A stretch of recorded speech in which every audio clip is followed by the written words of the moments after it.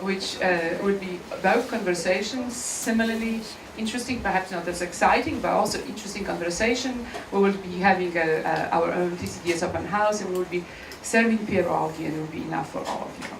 And we will have wines.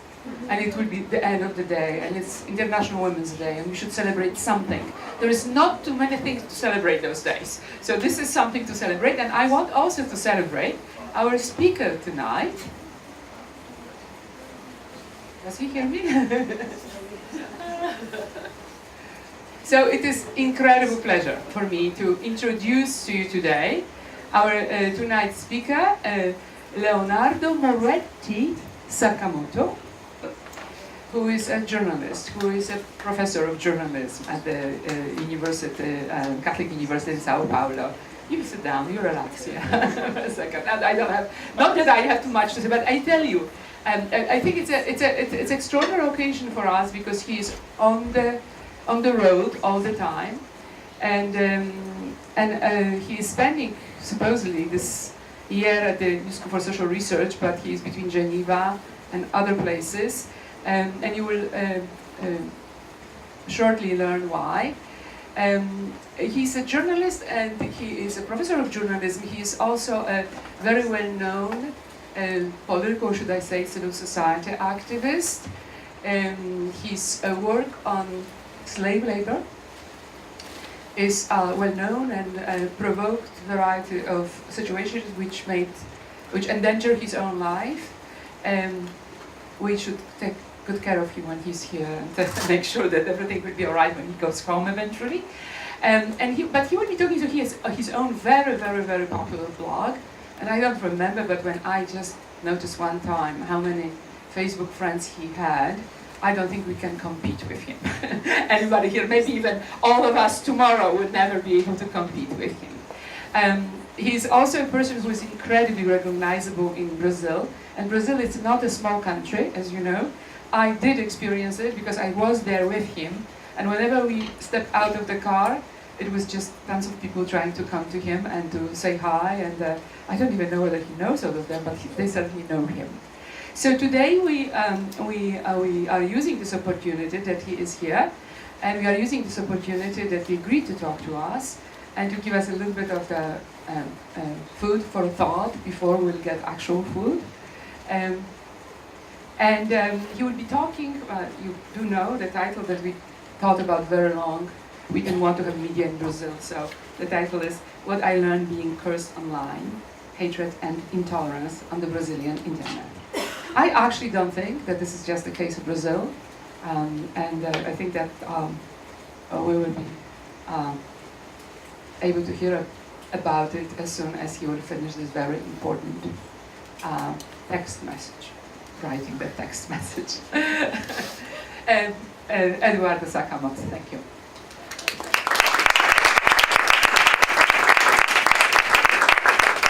I'm going to be there, and then I will help you too.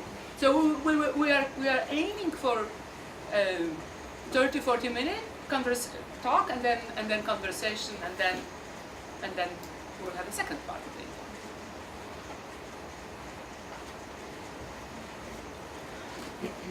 Oh, maybe that wasn't a text message what he was doing there.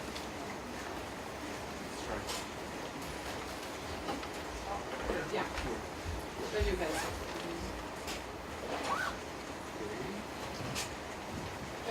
Well, do you want to have notes, or we will not try to put the light down because I don't know how it works? well, good evening for everybody. Thank you for the invitation. Thank you, Zubia, for the.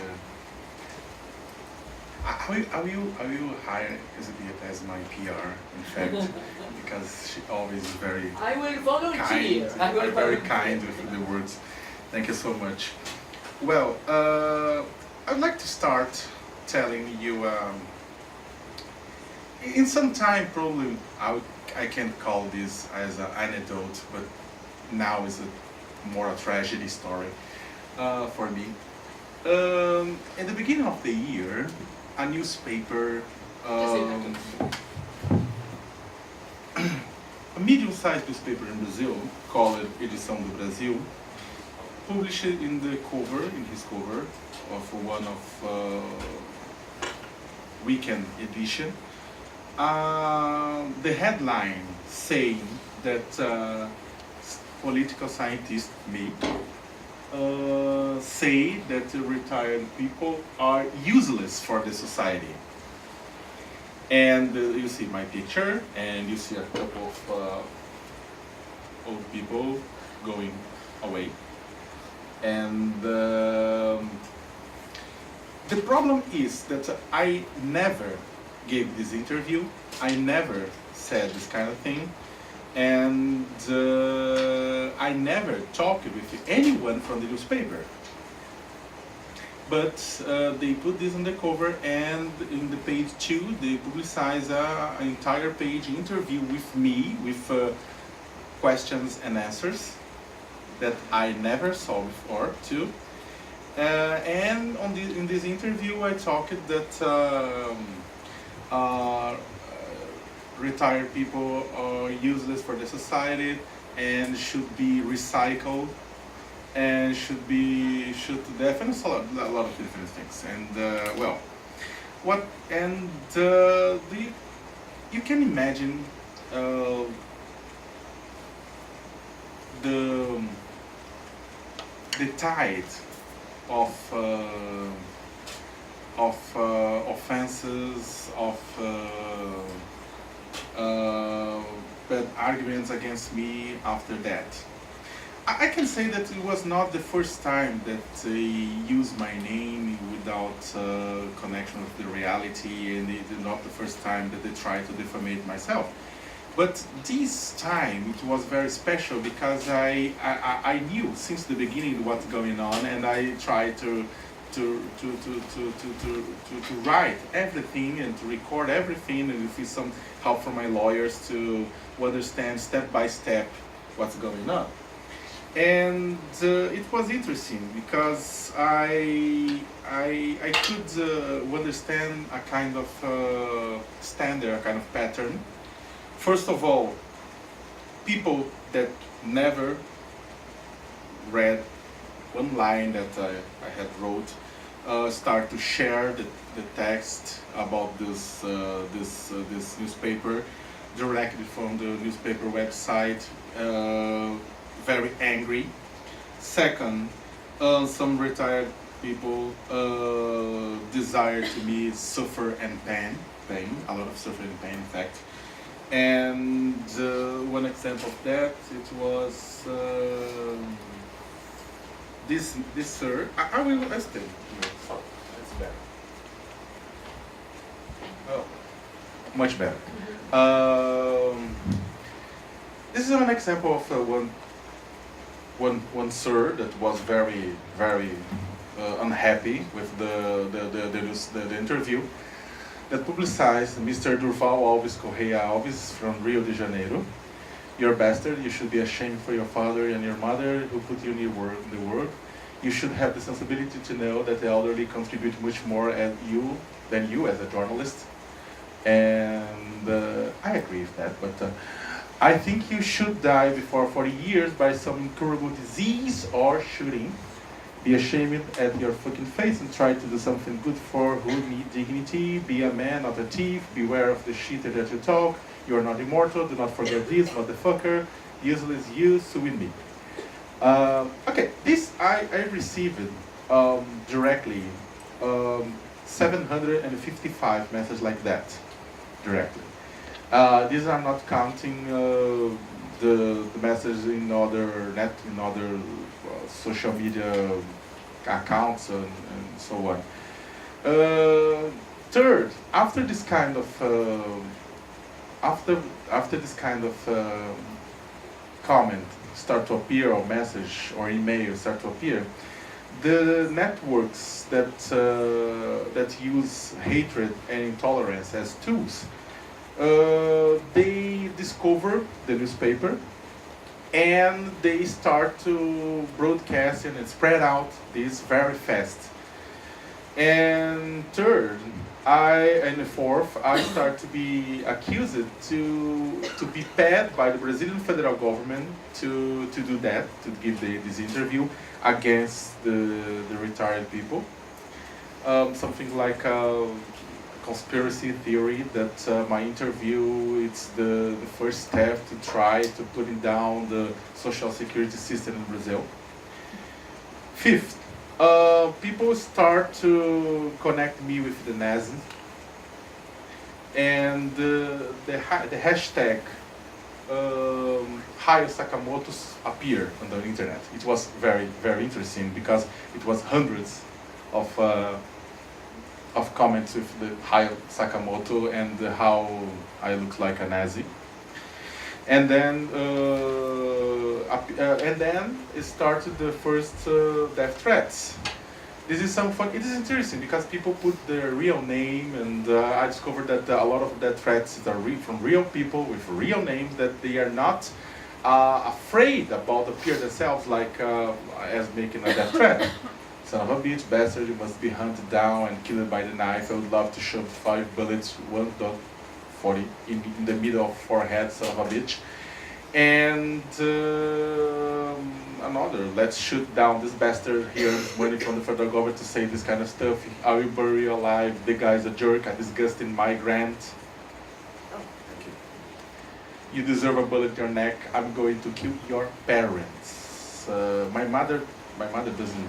I try to avoid my mother to see this kind of thing, but she learned how to use the internet recently, and she asked to me, why people doesn't like you?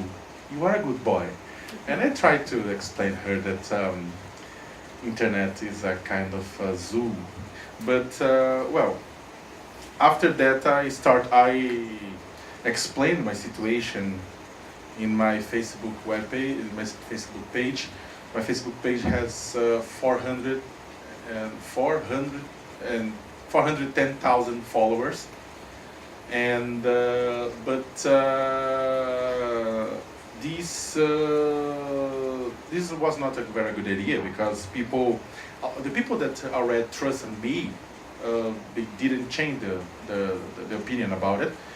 But the people that didn't trust me, they start to say that I was just justifying myself because I knew that I had made something wrong.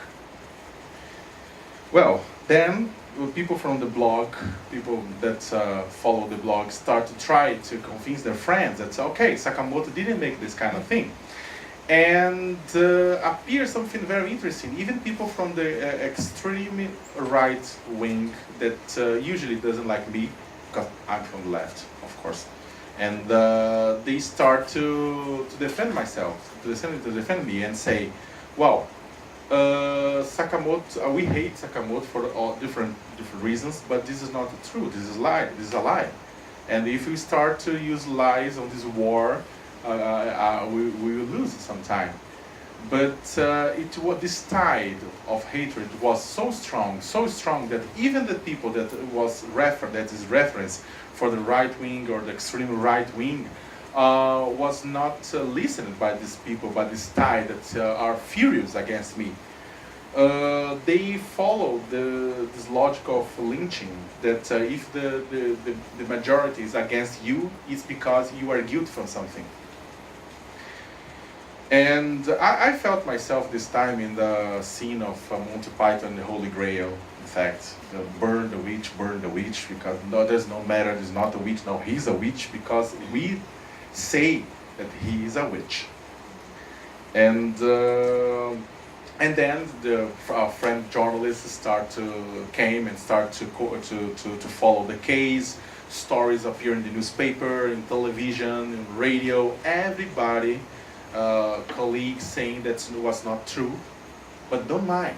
People don't mind it was not true. The people was sharing and tweeting and saying, and then the newspaper was publicly say the newspaper, after a lot of pressure, say that the interview was not true. They give an excuse saying that they received the interview from a false assistant that said it was my assistant and so on. And then they said, well, we never talked with Leonardo Sakamoto, and they publicized this answer. But at that time, this story was shared 25,000 times directly from the page of the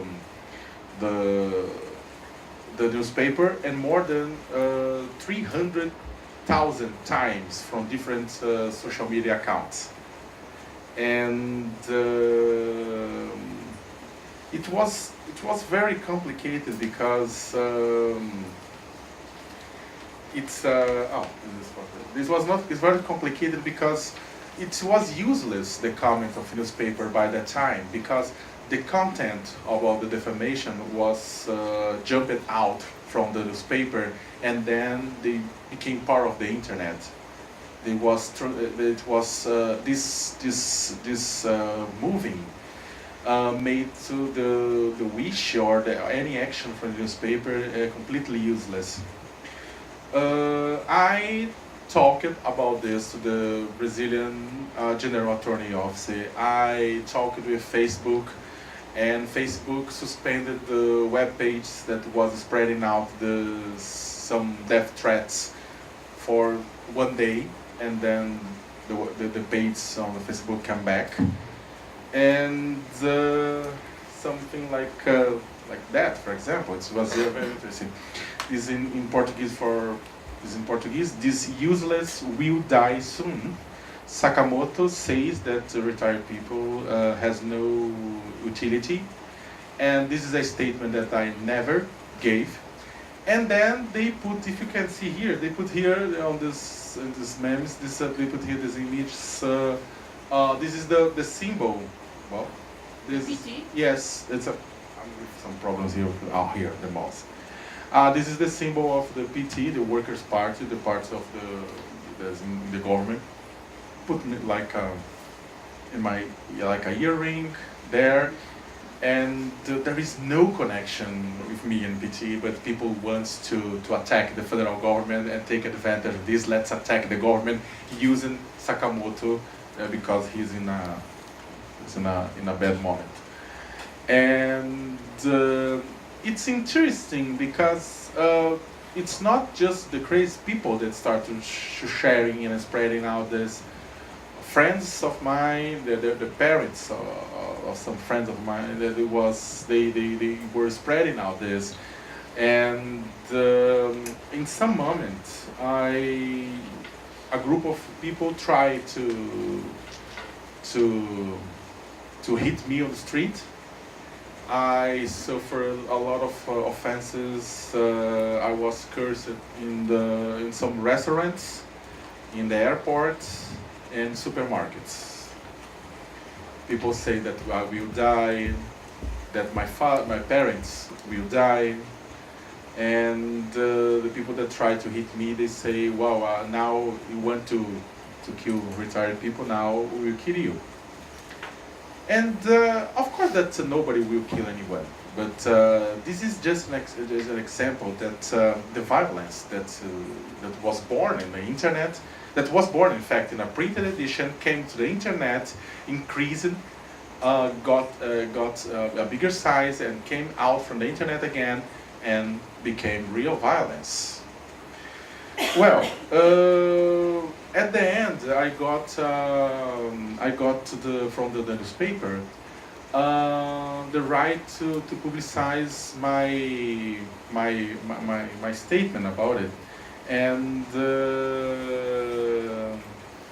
I unpack this, and then they publicized this. Sakamoto didn't say that retired people are useless for the society, but at that time, this was useless too. That time it was useless too. Why? Because, as I told you, from directly the page from the newspaper, it was 25,000 shares from the original defamation just in 1 day. And this retraction, this answer, was shared just 300 times. and directly from the newspaper. And, you know, this history has a long, long tail that will not die soon. They will start and will stay, and for several years probably I will have to answer in restaurants, in supermarkets, in different places why I went to kill old people. Well, even and this is very why I'm using this as a case to open our discussion, because it's very interesting. A lot of different very important journalists, very known journalists, came to the public and talking about oh, this is a lie. People from the right, people from the left, journalists, intellectuals, everybody came out and said this is a lie, this is a lie, and take care, because if we start to do this kind of thing, we won't stop anymore. And even with a lot of people came into the big traditional media, newspapers, television, and say something like that, even with this, the power of the defamation was stronger than the power of the answer. And of course, this is not the first time and the last time that people try to attack me online. I work with human rights every day. I talk about human rights every day. My blog is about human rights. I coordinate an NGO that work against slave labor and human trafficking and child labor. And of course, that I receive a lot of different threats from farm owners, sweatshop owners, civil construction companies, slaughterhouses.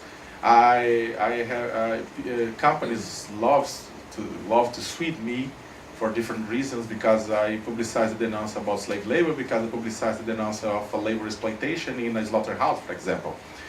Our NGO has several lawsuits against us, and I have lawsuits against me. But I know that this is not the first and then the last, but this was the strongest one. And in the last 2 years, people spit on me. People hit me on streets, people threatened my parents, people made different things. But this one, it was very strong and very fast. It happened in a very short time. And well, how can I, what I learned being curious online, and then to understand what I told you, it's curious online. I'm not considered as a person that publicizes, oh, you are ugly, you are a bad guy, you are stupid, as to be curious online. Curious online is, I consider being curious online something much stronger here. And I'm talking about this respect for the fundamental rights here. And what I learned being curious online, first of all, I learned that we all need to have a very good psycho supporting us. It's a very important to have a good analyst supporting us and to give comfort when you need. I have one. It's a Freud one. It's all they talking about my mother, but blame my mother, blame my father, and say so on. But at least it's very funny, because he say that, well, if I were you, I would give up much earlier. Oh, this is very supportive. This is a very helpful. Thank you. It is everything that I need to hear now. But well, the first thing that I learned being curious online, and is that the underground of internet in Brazil is already too strong as the traditional media or independent media in Brazil in the formation of public opinion. This is the truth. In Brazil, we have very big media groups, global. It's a very big television, internet, and newspaper group. We have Folha de São Paulo, Wall, that where is my blog it is. We have magazines, and usually the discussion about democratization of communication is always on these big media groups. But in fact, what's going on is that this underground, this thing that flows under our our food, is what's creating the perception of the reality of Brazil today. It's it's interesting because do you remember in October 13 in 1938, Orson Welles broadcast hysteria with War of Words.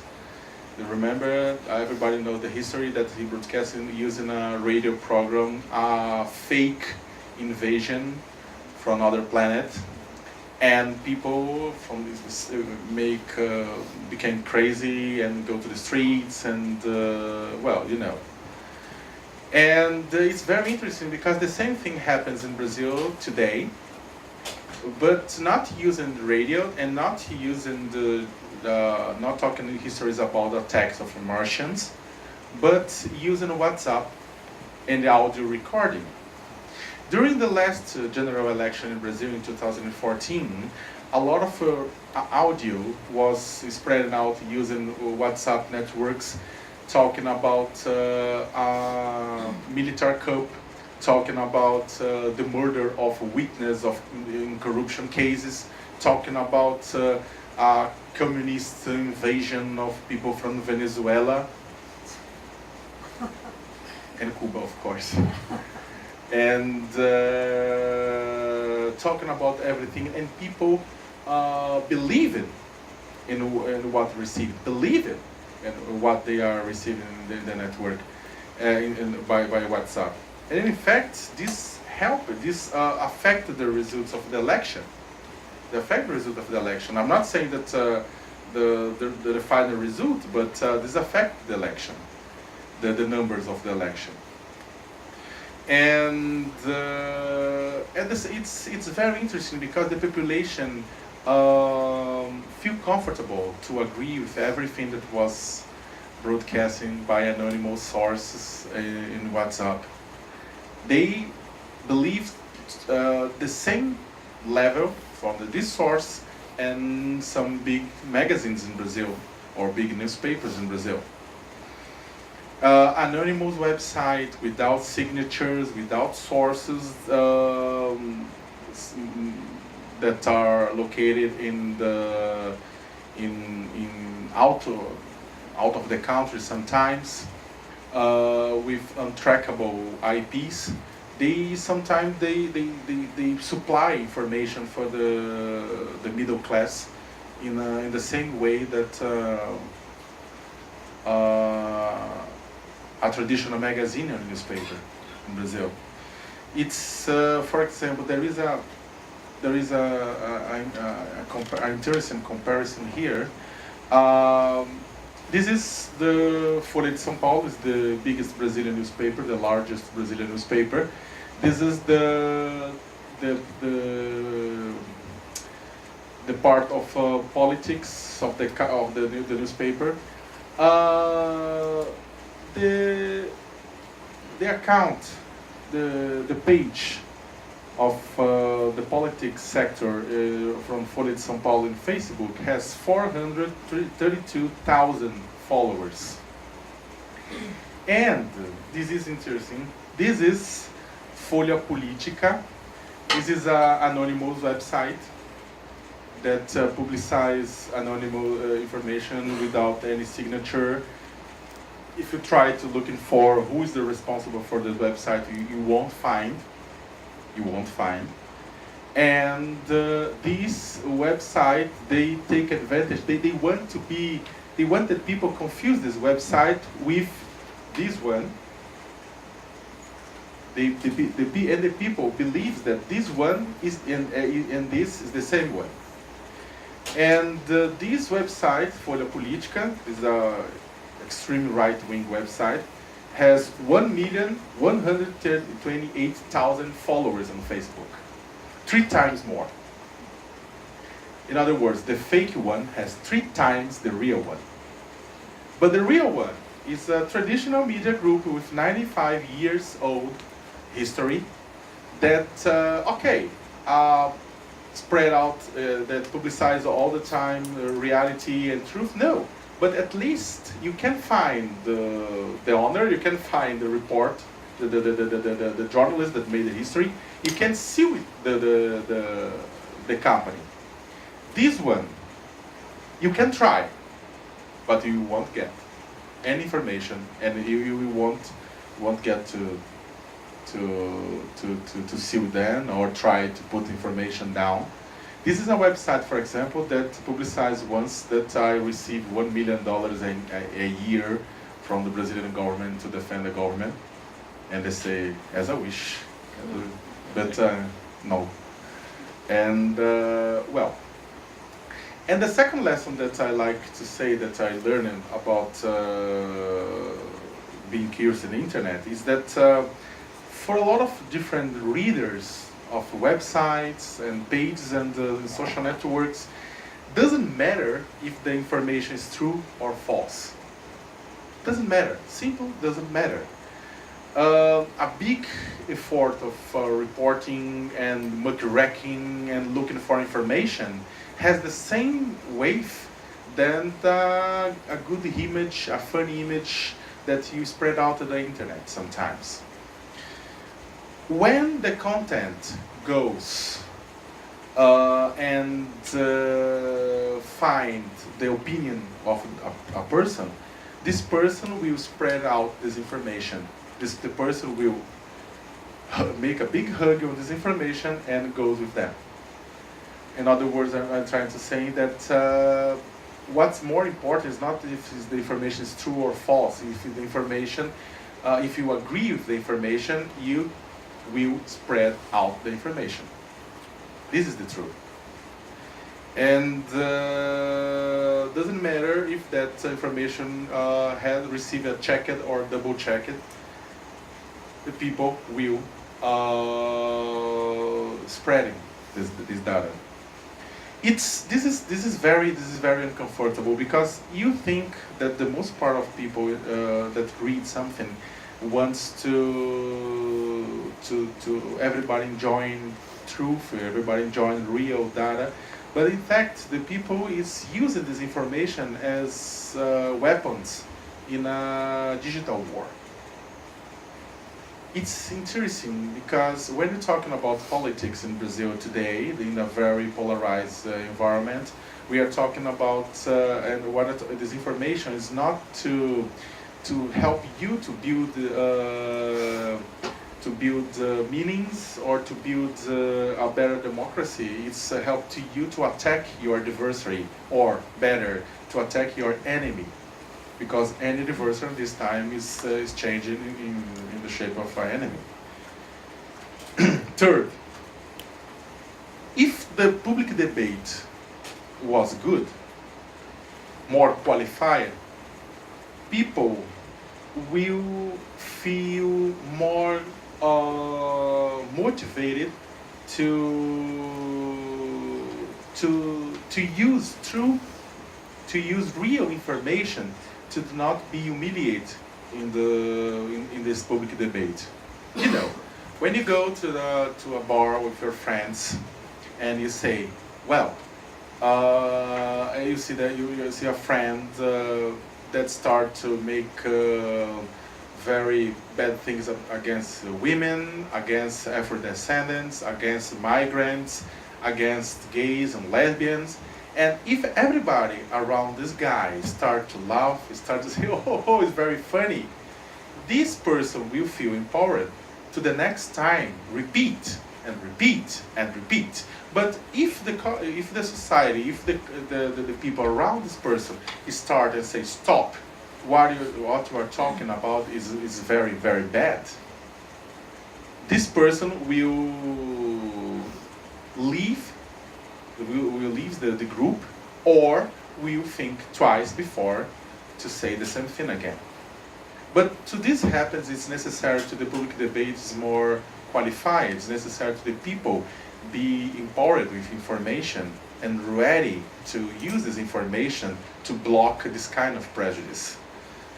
This is very, very important, because the speech, the violent speech, and the oppressive speech is very easy. to be to be to be used, and it's very easy to be absorbed, because education means suffering in some way. To educate means sometimes destroy a previous point of view of the world and rebuild this word, rebuild this point of view of the world, this vision, with a more complex point of view. And sometimes people is not ready, or people is not doesn't want to make that, because ignorance is a very harmful place. When we're talking about this qualification of the speech, we're talking about not just when I'm talking about this, I don't think necessarily on family, in the work, or in the media, or the church, because these different institutions has their own problems to make this action. But I'm talking about the schools, I'm talking about regular education. And, well, in May 10th, 1933, mountains of books were burned in different cities in Germany. In that night, well, everybody saw the movie Fahrenheit 451, but thousands of books were burned because they were seen as out of what the government thinks that's what's a good thing a good thing to the population.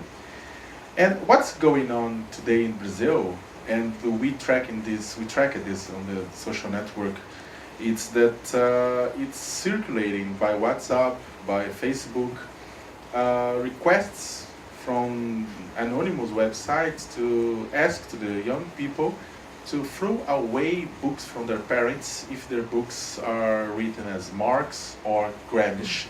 By the way, people hate Gramsci. I don't know why, but people, yes, Gramsci. People hate so much. This hatred networks hates more Gramsci than Marx. Well, I know why, but I imagine. But and sometimes in São Paulo there are reports, there are histories of people, students, college students, that suffered harassment because they were carried the capital to the college. And there are reports in São Paulo state that churches that are asking for their people to throw away everything related with human rights. And this is very interesting, because I receive all the time this statement in different ways, in memes. Books lie, in internet we trust, in Portuguese of course. But this appear in memes, it appears in pictures, or they put this on Twitter. And this is something that's appear a lot too in my timeline. We will have no place to publish anything. We will erase everything you've ever written. You will no longer be able to change ideas from anyone. This was directed to you? Or? To me. To me. This is very interesting. We will erase everything you've ever written. This is very, very interesting, because of course that now we need to start to fight against intolerance, and we need to make better backups of our files too. But in fact, we are talking about the same thing of burning books, but in a different way. We're not talking about burning book, we are burning bytes, but it's the same way. It's not talking about the confrontation of ideas. We're talking about the annihilation of the enemy. And I don't believe that there is a better place to fight against this kind of thought than the school, because the school is the first place where a person has contact with the difference. is the first place that you have contact with the difference. You start and you spend 4 or 5 years with your family, living with the same ideas, live with the friends of your family that share the same ideas. In the school is the moment that you have contact with the difference of ideas, the difference of people, the difference of social classes sometimes, and you can build the idea of empathy. You can build the idea of the other, and the other having the same rights than you, because this other is a human being as you, share with you the base of dignity, share the base of your fundamental rights. And this is interesting because this is in Portuguese, sorry, but I can translate later to you. But I made, in 2014, during the Brazilian general elections, I made this story, how the election, the polarization in elections brought the fear to the schools, inside the schools. And this story, it was very sad. I talked with several parents or children in the higher middle class in São Paulo city. And schools, elementary schools? elementary schools, people from 8 to 9, 10 years old. And it was very sad because they told me that their children are suffering bullying because their parents decide to vote in Dilma Rousseff, the president. And for example, they showed me an image that Christina, the first paragraph, Christina received it, realized that something was not good when his daughter showed her an image that appears so much in the WhatsApp group of their school friends. The image brought Dilma Rousseff, the president, with a weapon in her head, and the subtitle, 30 likes and I shoot her. And this history tells that what's going on, and some children asking for the parents, please, mother, don't tell to anyone that you voted in Dilma Rousseff, because I don't want to suffer any problem in my school. I don't want to lose my friends. And not just lose their friends, but other mother told me that she was in the car with her daughter and the friends of her daughter, and suddenly one of the friends asked to her, "Wow, who you choose to vote in these elections?" And she decided to lie and say that was voting another candidate to protect her daughter. And then the daughter asked her, "Why did you do that? You told me that lie was not a good thing. Lie was not an option." And it was very interesting because this kind of bullying, we have an aggression case, we have people that was using red in school, and people take it out the clothes of the person because they are using red. The pen? Red. The red shirt red, yes. Red color. And red color. And of course that, and then is the fourth and the last element that I would like to talk about to you. It's the education for media, the media literacy specifically. It's very, very important in a world that everybody has access to the mass communication tools, but doesn't know how to use mass communication tools. Everybody here probably knows how to use the mass communication tools, but if you go to an entire society that, in a society that sometimes jumped from some person that jumped from the illiterate illiteracy for the literacy and uses some suddenly these mass communication tools, or sometimes a society. Consider that Brazil is a society that the culture of public debate was not so something so strong, and suddenly people has the power. People that never ever sent a letter, wrote a letter, suddenly has the power to spread out information to the entire world, and doesn't know who is what is the responsibility to share information.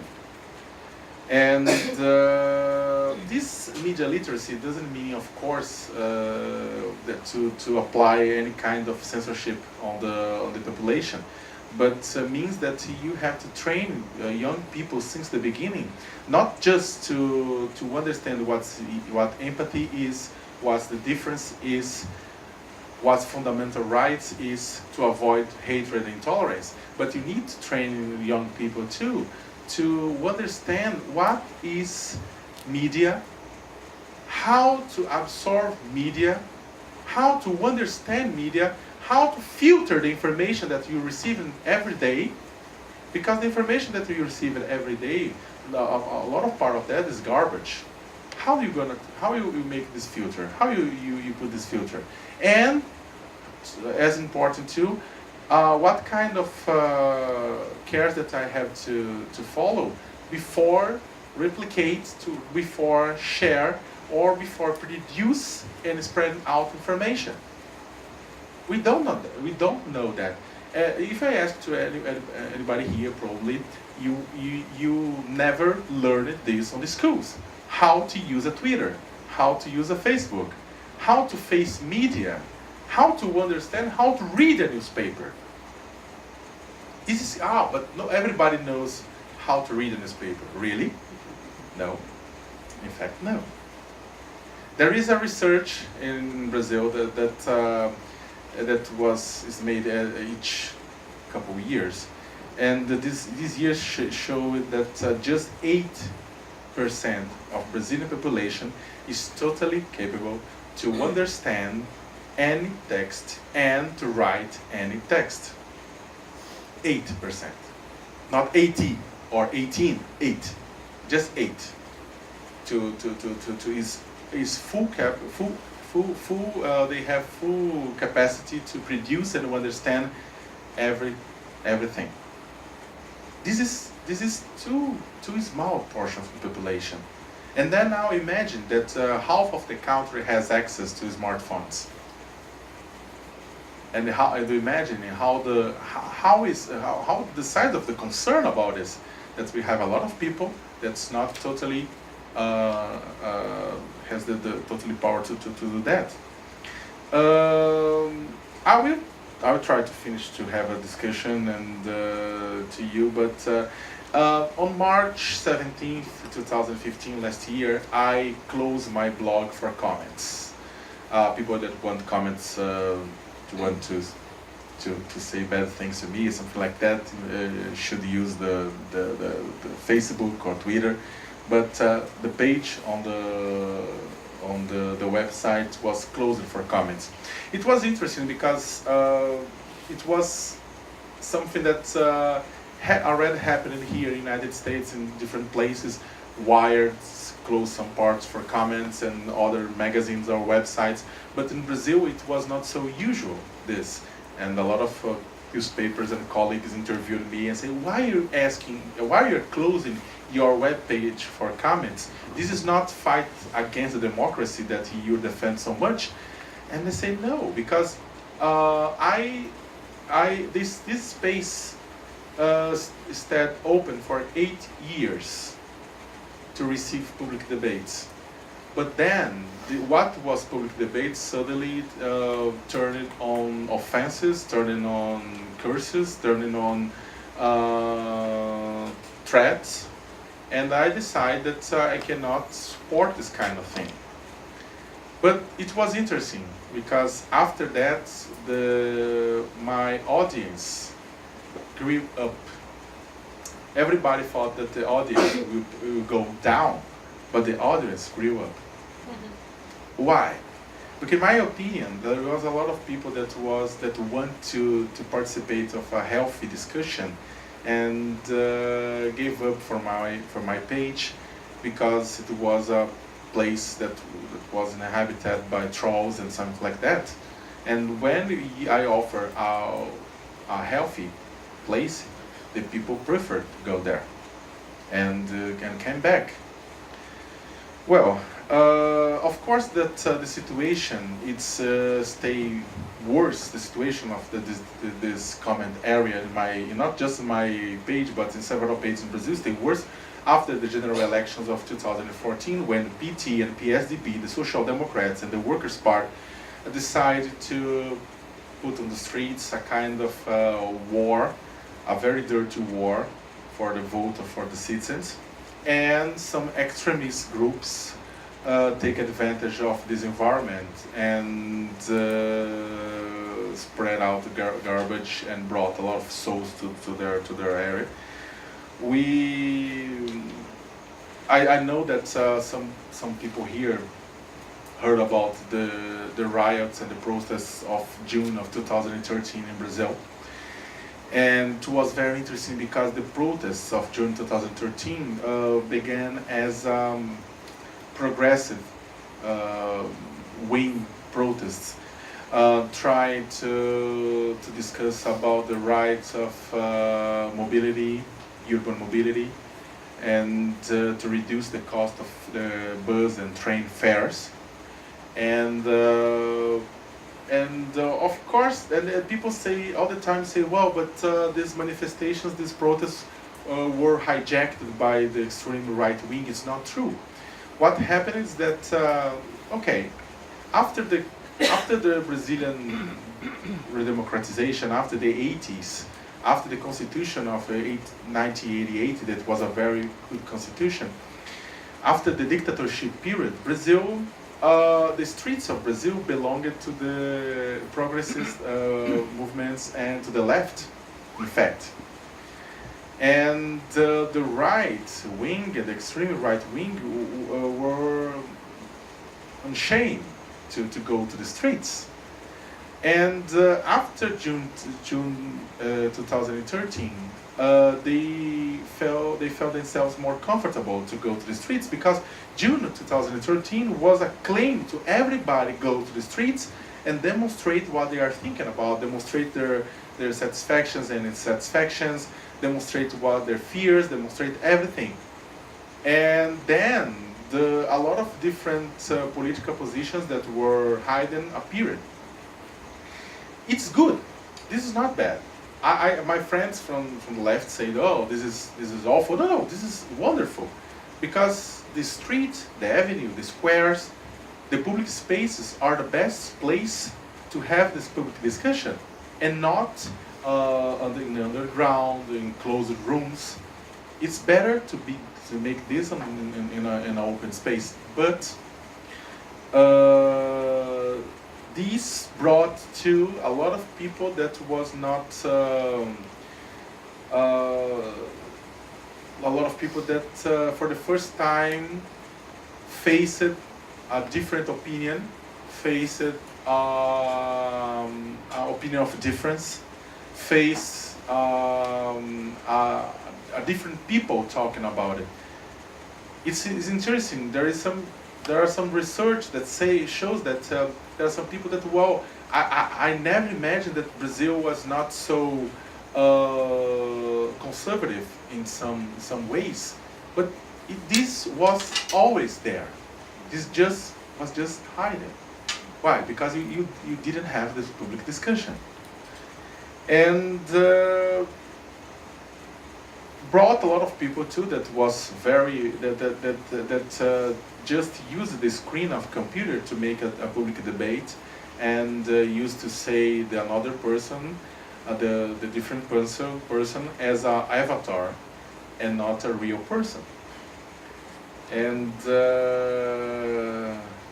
it's funny. There is another history, just to finish, that I suggest to you, if you can read it. So just translate I can send to you later translated this. This is another story that I made, that how Facebook profiles are used to conquest your vote in elections. It's very interesting because I interviewed some companies that work as a as farms of profiles, of fake profiles. There are companies that are hired by candidates in the elections and these companies have dozens and dozens of fake profiles. But the fake profile is not as you think that's a fake profile, just some pictures, 6 pictures and some information. No, they are very good fake profiles where people live, marriage, buy a dog, go to the Yankees stadium, back to the Yankee stadium, publicize pictures. They have lives. They have their own lives. These companies hire college students from theater or political scientists or journalism to operate these fake profiles as their own lives. Each student operates to 5 to 10 fake profiles, and during the elections they use this profile to try to convince other people to change the vote for their own candidate or to attack a candidate. And between the elections, they are used by multinational companies to push products to you all.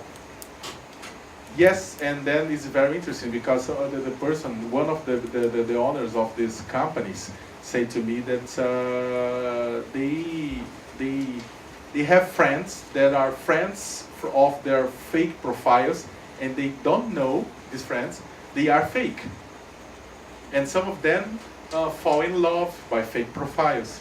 They take it easy when you fall in love because sometimes it's another person, it's not the same gender, or even it happens, and this is used so much.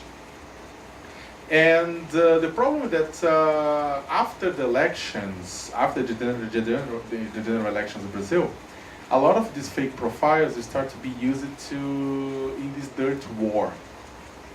This is the problem. What the Workers' Party and what the Social Democrats began during the elections 2014 never ended. In fact, they just go deeper and deeper. And a lot of these fake profiles and these farms of profiles have been used to on this war today. You can ask to me why. What's your rule on this way? As I told you, I work with human rights, and I not work directly with politics. I work with politics, economics. I work with different areas, but not directly in a transversal way because I work with human rights. And the white people is attacking so much human rights. Why I receive death threats? Why people try to make these defamation campaigns against me? And this is very interesting because it's not the political parts that are making this kind of thing. It's not the institutionalized groups that are making this kind of thing.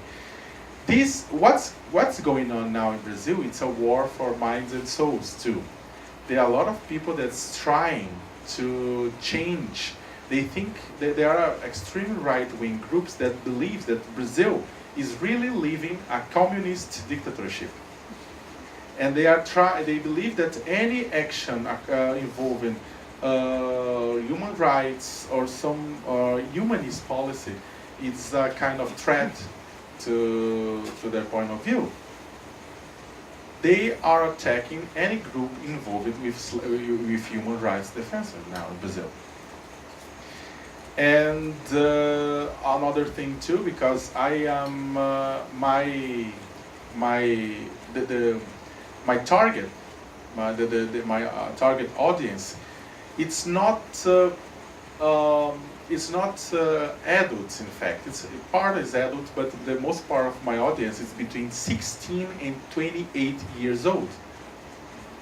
And this is where is the hardest battle is happening now, because it's trying to get the young people to side their side. And my page is one of the only pages that work directly with this group. And people from this the extreme right wing see me as a threat for this process to bring young people to their area. Well, sorry for my English, and my English are so bad as my jokes, and but I believe that this is a general view, and I will be happy to talk with you about this, and I will be happy to sit too, because I'm standing for the last 30 minutes. So sit there for a second. And I don't know about you, but I think that the situation that we received here very actually vividly, graphically described is it's a situation that sadly perhaps does not necessarily, or at that point, it's not just a situation which takes place in Brazil. I think that if you think hard, and we are here from different parts of the world, maybe some of us, we can recognize the situation in which you have a wonderfully described for you a context of dialogue, or a square, public square of dialogue, which is a public square, and to realize that the distance between the public square and the square of violence is very short. And the other thing that I think we do know, because we are here in academia and we read different books, and we do know that words act, and the hate speech acts too. I think that words can act in different ways when you are defending human rights, and this is also the act is performative, but the hate speech and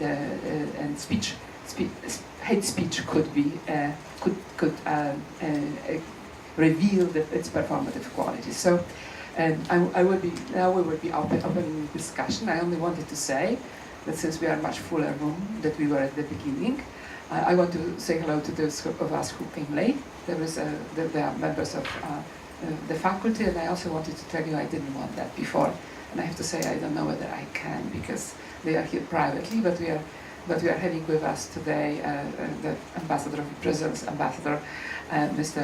Antonio Patriota, and his wife Tanya, as a guest. Welcome.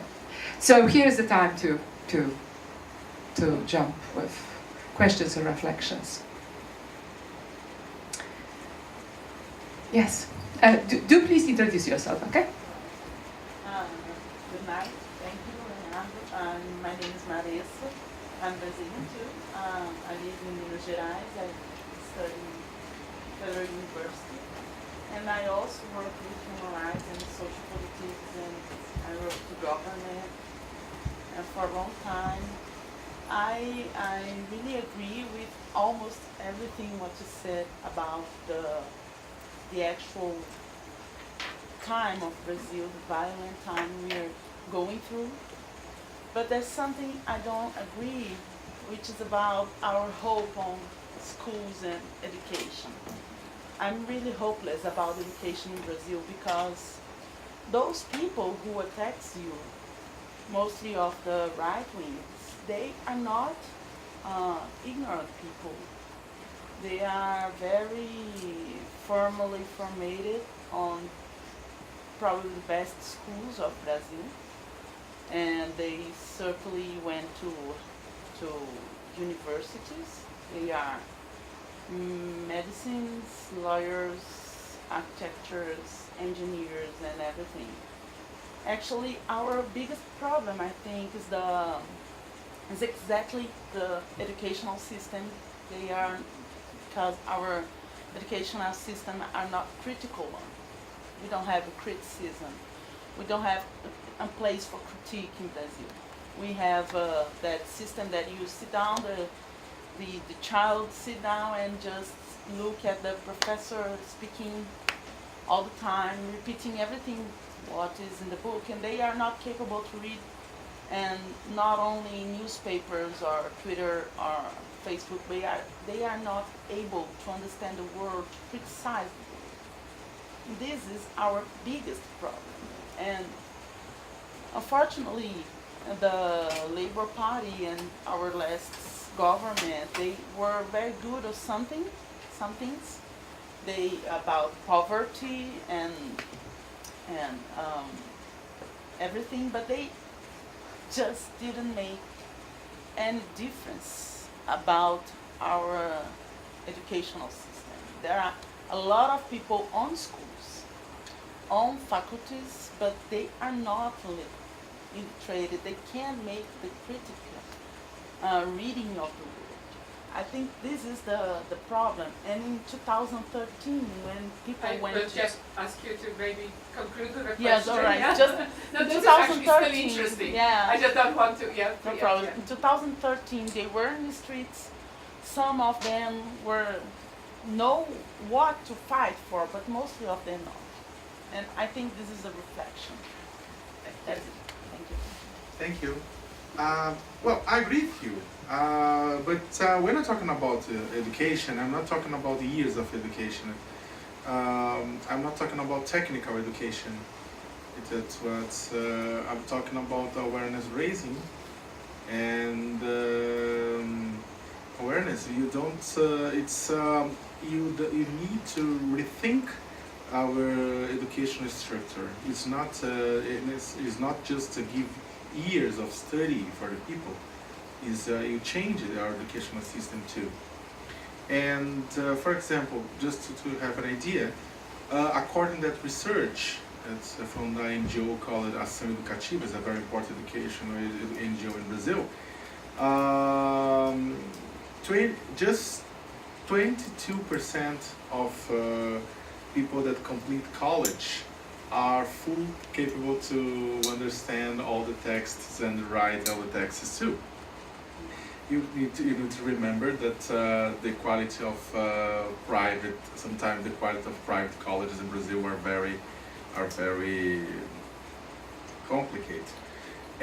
But we are talking about this kind of education. It's this kind of change in education are not so difficult. In fact, there is a researcher called Rodrigo Ratier. It's a PhD in education in the University of São Paulo that had a study that he trained in public schools, elementary schools. They trained students in media literacy, and they trained students in human rights at the same time during a year. And it was very interesting because these students improved their performance in the school, the quality of the participation, or they start to understand better the world around them. And this shows that he defends that this kind of introduction of the educational system, it's not something difficult to be applied. You can introduce this as a transversal element as human rights today. The problem is that the Ministry of Education started to discuss this. He started to make a discussion of this, but they gave up. They gave up. They froze at this. But it's you need in one hand to train teachers to work in the classrooms with media literacy. It's of course it's difficult because the training and the education of our teachers in Brazil are very bad. But you need to work. You need to start of that to improve this training of the teachers, and at the same time, you need to train teachers and to work with gender of human rights. The biggest problem is to work with media literacy is just political will from the Minister of Education today, and resources for that. But to discuss the training of teachers about gender, about human rights, you need to approve some laws. You need to remember that last year in Brazil, I don't know if people follow it, but last year in Brazil, the Brazilian Congress blocked the approval of the introduction of education about gender in Brazilian colleges. And even the city of São Paulo was of the biggest and more cosmopolitan cities in the world. The city blocked to the education of gender in schools. I think, I'm not sure whether people realize that, those of you who are Brazilians, of course, you do know that with a very progressive government, the Congress in Brazil is extremely conservative. So this is the issue that took me a while to understand how things like that are even possible. Unfortunately, the Congress today is the most conservative Congress in years in Brazil, and at the same time we have today the federal government is weak enough to do not face the Congress. And the problem is that this discussion of education of gender, education of human rights, and in a general view, it's fundamental to try to shift the situation in the country. Questions? Or comments? Yes. Hi. Mariana. Yeah, I'm Mariana. I'm Brazilian too, and I'm a PhD candidate here at the politics department. Thank you for your talk. So I was really troubled with 2 points. So the first one is the distinction that you are making between fake and real people and fake and real websites and so on. Because like when you go to Facebook and look at your friend's webpage, right, and their life, like what's there is really fake, what's there is really real, right? Everything is really performatic in this space. And I don't know if this is like the really right distinction that we should tackle if we want to regulate the space. If there's really this distinction between fake and real, because sometimes some websites which are probably fake, they are much more informative than Folha de São Paulo for me these days, which is quite problematic, or Veja, right? So is Veja real, and what they say there, real because it's a magazine, a print magazine, or no? So I just wanted to hear a little bit more on this. And the second one is like your critique to the underground work, and I think that underground was really important. So I really take your point, like when you look at right-wing groups and right-wing people working on the ground, but like underground work is so relevant for leftists as well, and for radical and subversive movements. And I don't think that we are in a time in Brazil where we can really push towards like more regulation in terms of this, because this can really backfire to the left. So think about sexual and reproductive rights, and just like organizing women underground in order to think about the possibilities of abortion. What do you do in the times of Zika? Exactly, and when an abortion is illegal, how do you organize on the ground for things which are illegal, but is it fair that they are illegal? Are we really taking up legality as what we want to defend these days? So I just wanted to hear your thoughts on this. Good questions. I use it just in the language fake and real to be more easier to not discuss, because to not build some concepts here. But when I'm talking about underground, I'm not just talking about. I'm not dividing the word between what's legal and under the light and what's I can do out of the spotlights too. I'm not making this division, and not taking the division fake and real. I know that if we're going to talking about what's real and what's truth, we're gonna to a discussion about there is no truth. There isn't truth. The truth is something that does not exist. But journalistically speaking, I'm talking about speeches and releases of the speech, and speeches that are built with sources of information. I'm talking about that. I have a lot of friends that disagree with me, but I really prefer. Veja. She talking about Veja. Veja is a right-wing magazine in Brazil. It's the biggest magazine in the country. It has 1 million units by week.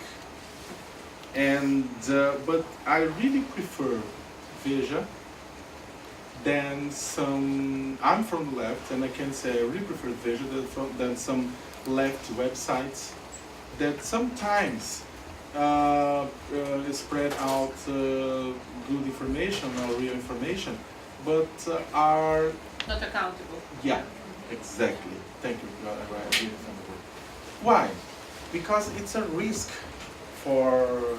It's not just a risk for the democracy at all, but it's a risk for the what kind of public discussion that you want. At least Veja has the possibility to be blamed, shamed, closed if they commit any crime. The problem is, and what we are analyzing, that we are not, I'm with a group of people, we are analyzing in Brazil hundreds of websites that produce what they say journalistic information and are anonymous. And from the left to the right, the information that they produce, a lot of the information is not true. It's not based off in facts. It's based at least in release of a happening, of a fact that can be checked. It's very, very complicated. I cannot. I'm not saying that I want that everything be crystal clear, but I'm just saying that I'm not saying to the people that people doesn't read some source of information. I just want people with empowered to distinguish what's one thing and what's the other one. I want people that are able to say, okay, I can read this, but I know that this is a source of information that is untrackable, that doesn't bring any source, reliable source. Because what we're talking about is not information from Centro de Mídia Independente or something like that are in the media that are making this because they are running away from some very strong power that want to hunt and to hunt at all. We are talking about websites that are working all the time, 24 by 7, to try to produce a different perception of the facts without the possibility to be criticized, to be checked, to be put against the wall.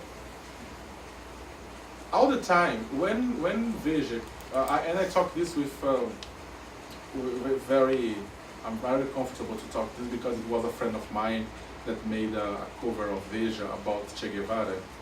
That was a very criticized cover, and I saw that when he publicized this he suffered, and the magazine suffered several critics from the society, and this affected so much the way of the production of the new histories about this. The problem that this not happens with a website or a source of information that has no that is anonymous, completely anonymous.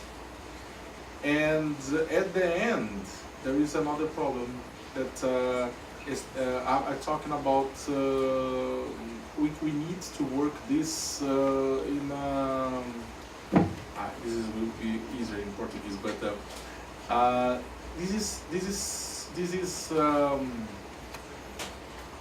is it impossible to create a policy to each website? Is it impossible to create a public policy about any website? And if I prefer to train people to be aware and capable to make the distinction between a good information, a bad information, with a source of information, then make it no training and say, okay, take information wherever you want.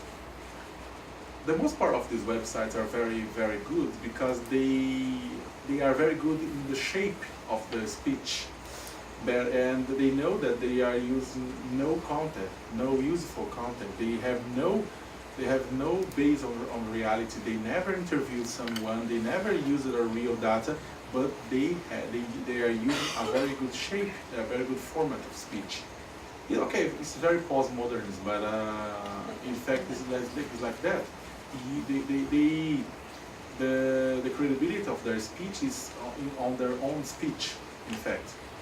But the problem is what we are seeing. If you see in one way, wow, you are blocking freedom. In another way, I can say that what's blocking freedom today is this kind of information flowing as truth. I'm not saying, I'm not saying to block this information. I'm saying to train people to check one and another one. And about just to finish, and about the underground, I believe that it's of course that the underground discussion is important. Of course that I followed several groups of abortion, from legalization of marijuana.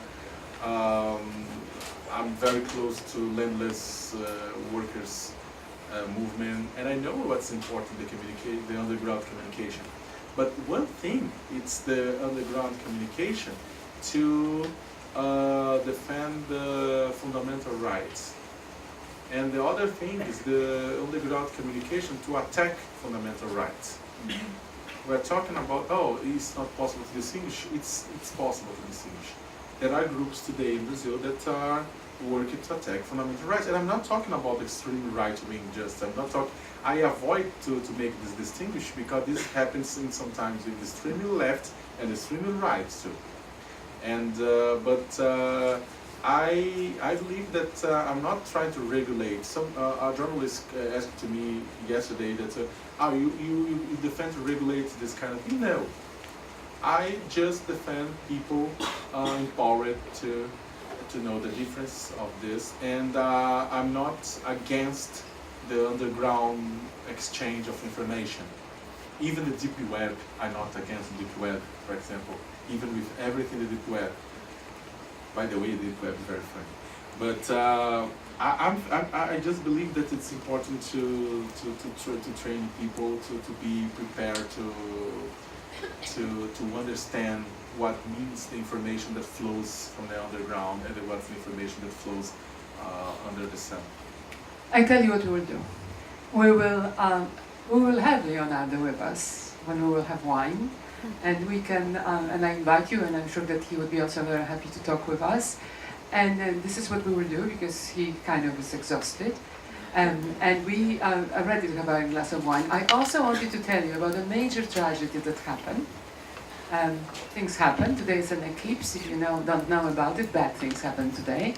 But we are not going to have pierogi. We'll have some pierogi. It turned out there was a major disaster in the kitchen when they prepared the food. And we have some other food. We had something, it's an emergency. And therefore I'm inviting you for more or less a picnic. This is a potluck picnic. There's going to be a lot of different things. I don't know how many because I wasn't there. I just got in the middle of the very interesting talk, and I really wanted to emphasize that. And thank you for coming and for telling us that. I don't think we think about it on our own until we meet. It's important to have somebody who actually can report us the state of his soul and the state of his mind after the attack. So thank you, but you are going to be talking with us while here. Okay. In the meantime, as you know, this is also TCDS open house. We wanted to open it for Eduardo and for us. So please help us with removing the middle chairs on the side. The chairs fit one on another. The wine is being served there. The food will be here. It will be in a slightly different mode, but we just have to accept it the way it is. We cannot control everything, but we do have food. And again, thank you so much. Thank you for coming, and thank you for coming. In the meantime, later on, I will say a few things about TCDS and about the Broadsword program this year.